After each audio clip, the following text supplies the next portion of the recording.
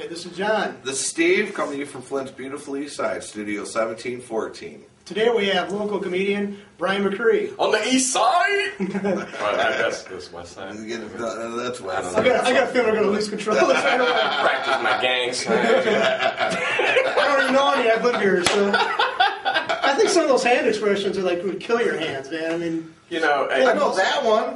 I don't know what that one is. Cobra Killer. Oh. Do you know that? Oh, you know some. I mean, look at this guy. I feel sorry for gang members this time of year, though. In the winter, it must be tough trying to be thuggish and hardcore wearing an orange snowmobile suit with mittens on. You're like, what? I said, I can't hear you. Yeah, like, take off the mittens, maybe you can see better, right? Oh, yeah. Oh, shit, it's already got me crying. Let me ask you something. Do you think gang members in this climate ever get sick and need to call into work? Like, I picked this fro dog. Can we do this drive-by tomorrow, man? No, for real, dog. I got this terrible sinus infection, and my doctor got me on these antihistamines. I'm not supposed to be operating heavy machinery. Gang members on prescriptions, man. People reading prescription labels. And what, it cracks me up in this city how the gang members, like, there used to be this gang called the Ninth Ward Posse or something. Like, they're gang members, but they're that astute to know what ward they vote in.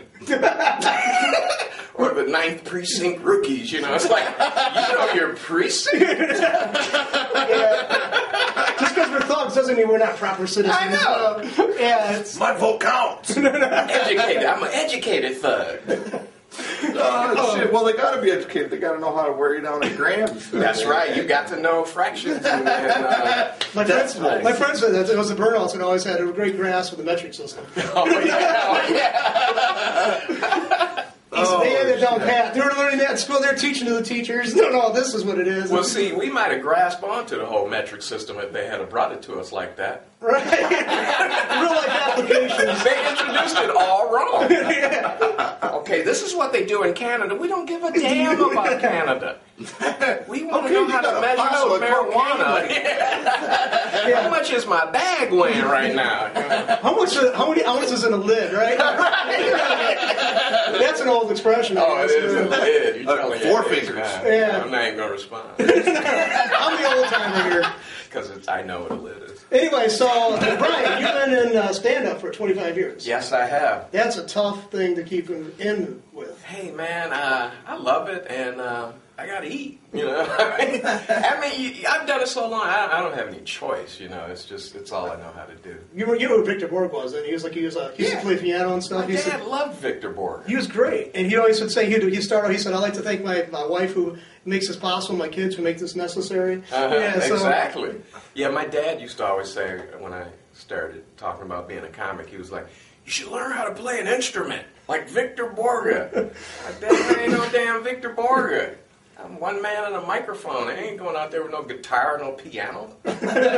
Me, man. So, what are some of your inspirations?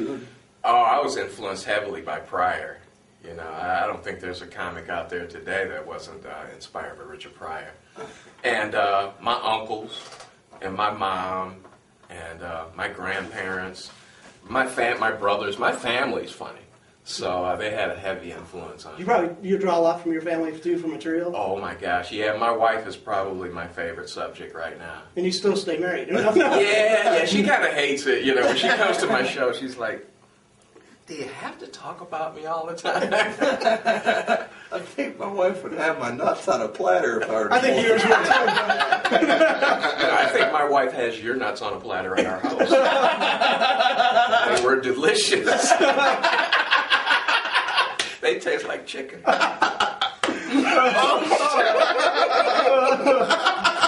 Said the black man. Holy shit. That was some good. I got allergies and I snort cocaine. So you wanted to be in show business when you were a kid, right? When I was 2 years old, man, I would watch Sidney Poitier movies and I just loved them.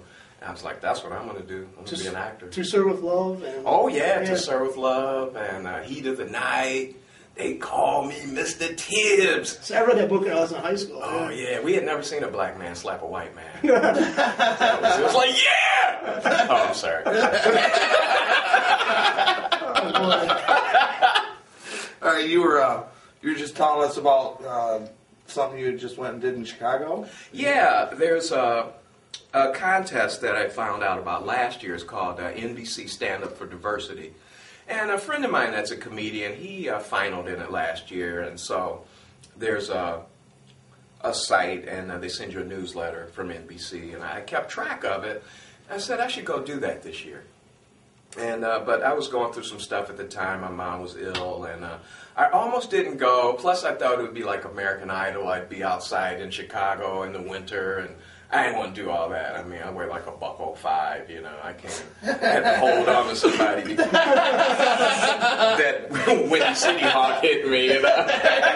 Your dreads are laying and flying. Yeah, that's right.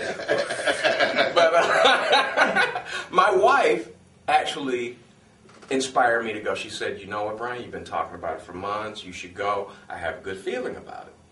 So I went, and don't you know, I made it to the finals. It started out, they took the first 100 comics, and we got to do 2 minutes apiece. Then we had to hang out for some hours and find out if we made it to the next round.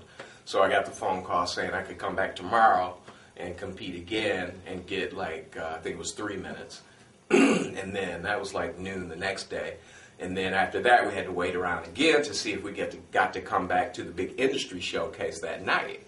And sure enough, I made it to the finals. As a matter of fact, they had me close. I was the closer on the final round, and I got to do as much time as anybody got to do. The people that were in front, like 1, 2, 3, they got the least amount of time, 4 or 5, on up the ladder, and the time went up. Expanded. Yeah. So after that, we had to wait to see who got flown out to L.A. because the winner of each final round, they went all around the country, and whoever won the finals in that city got flown out to Los Angeles for an even bigger showcase in front of everybody who's anybody in Hollywood. And sure enough, they called a couple weeks later, man, and I was on that plane out to L.A. That's good. Yeah, it was awesome. All right, well, we're going to take us a little break here for a minute, and we'll be right back. This is Steve. This is John from Studio 1714. Oh, man.